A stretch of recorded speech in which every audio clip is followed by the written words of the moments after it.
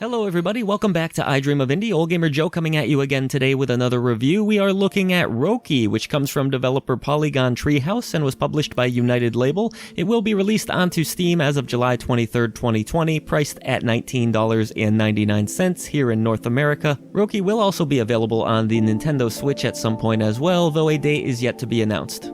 Roki is a story based on Scandinavian folklore and tells the story of a small family who are living in a cabin. You have Tove, or Tove, I apologize, I've heard a bunch of different pronunciations for this name and I'm not sure exactly which one is correct, but the game seems to go by Tove. She is the lead female character of this story that you'll play the majority of the game as, and she lives with her little brother Lars and her papa. On what seems like an ordinary night, suddenly a giant monster attacks their home one evening while Papa is asleep in his chair. Somehow Papa sleeps through the whole event. As the home collapses, Papa appears to be lost in the rubble, and unfortunately Tove and Lars have to flee the scene in order to save their lives. Making matters even worse, as you go through the spooky woods as it is your only escape, you will also lose track of your brother Lars, and this sets up the bigger quest of having to find Lars. So yes, the main premise does involve rescuing your brother, but there's really a lot more to Röki than that. This is a game that has a lot of emotional weight behind it. There's a ton of flashbacks throughout Röki that will have you exploring your lead character's mind and some of the things that have happened to her in the past. You'll definitely want to prepare yourself for a roller coaster of emotions throughout this 12 to 15 hour journey.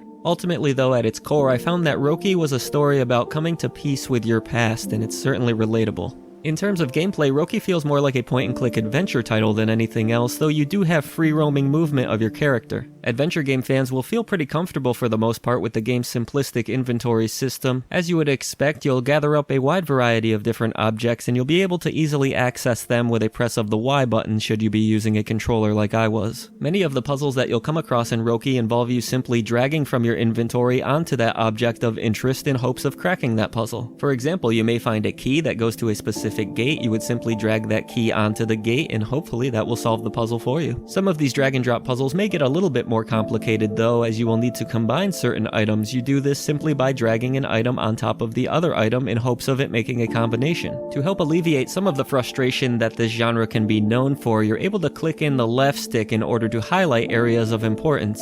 I found that this was a pretty helpful feature for the most part, and it did help me to progress through the game quicker than if I were to just stumble around these areas in hopes of finding random objects. Still though, there was more than one occasion where I couldn't quite figure out where an item was located, and I did lose a little bit of time that way. Traveling around the beautiful world of Röki is a breeze. You're able to sprint, which helps you to get to certain areas faster, and so too does a teleport system that will eventually unlock. Being a puzzle game of sorts, you're definitely going to be doing a lot of backtracking in this game, so these options were appreciated. I found that the puzzles during the first 5 hours of Röki were a lot of fun to solve and mostly logical, but not every puzzle is created equal in Röki, and some of them can be a little bit frustrating, particularly towards the end of Act 2. Röki does eventually open up a little bit, allowing you to explore certain puzzles in an order of your choosing, but I did find that some of the later puzzles served as padding more than anything. There's too many times where you have to collect a set number of objects in this game, bring them back to an area, and repeat this process again. One particularly frustrating puzzle towards the end of Act 2 involving shrinking and growing mushrooms really got under my skin, and it did crush the pacing of this game in some ways. Still though, I was willing to put up with some of the more annoying puzzles in this game because of the fact that the story is so engaging, and the puzzles that did click with me were a lot of fun. And I do have to say that the game recovers a bit from its mediocre second act in the third act, as there's a far more interesting puzzle mechanic introduced.